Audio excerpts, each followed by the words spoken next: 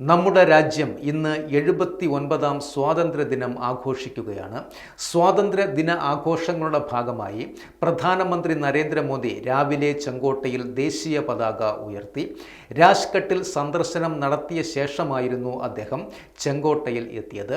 രാജ്നാഥ് സിംഗ്, അമിത്ഷാ തുടങ്ങിയ കേന്ദ്രമന്ത്രിമാരും വിവിധ നേതാക്കളും ചെങ്കോട്ടയിലെ ചടങ്ങിൽ പങ്കെടുക്കുന്നുണ്ട്. ദേശീയ പതാക ഉയർത്തിയ ശേഷം പ്രധാനമന്ത്രി രാജ്യത്തെ അഭിസംബോധന ചെയ്ത് സംസാരിക്കുകയും ചെയ്തു. പ്രധാനമന്ത്രിയായി ചെങ്കോട്ടയിൽ നിന്നുള്ള നരേന്ദ്രമോദിയുടെ 12ാമത്തെ സ്വാതന്ത്ര്യദിന പ്രസംഗമാണിത്. 2014 മുതൽ കഴിഞ്ഞ വർഷം വരെയുള്ള പ്രസംഗങ്ങളിൽ എല്ലാമായി 93,000 വാക്കുകളാണ് അദ്ദേഹം ഉപയോഗിച്ചിരുന്നത്.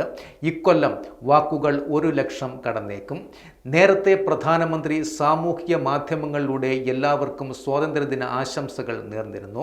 സ്വാതന്ത്ര്യ സമര സേനാനികളുടെ സ്വപ്നങ്ങൾ സാക്ഷാത്കരിക്കുവാനും വികസിത ഭാരതം കെട്ടിപ്പടുക്കുവാനും കഠിനാധ്വാനം ചെയ്യാൻ ഈ ദിനം പ്രചോദനമാകട്ടെ എന്നും അദ്ദേഹം എക്സിൽ കുറിച്ചു.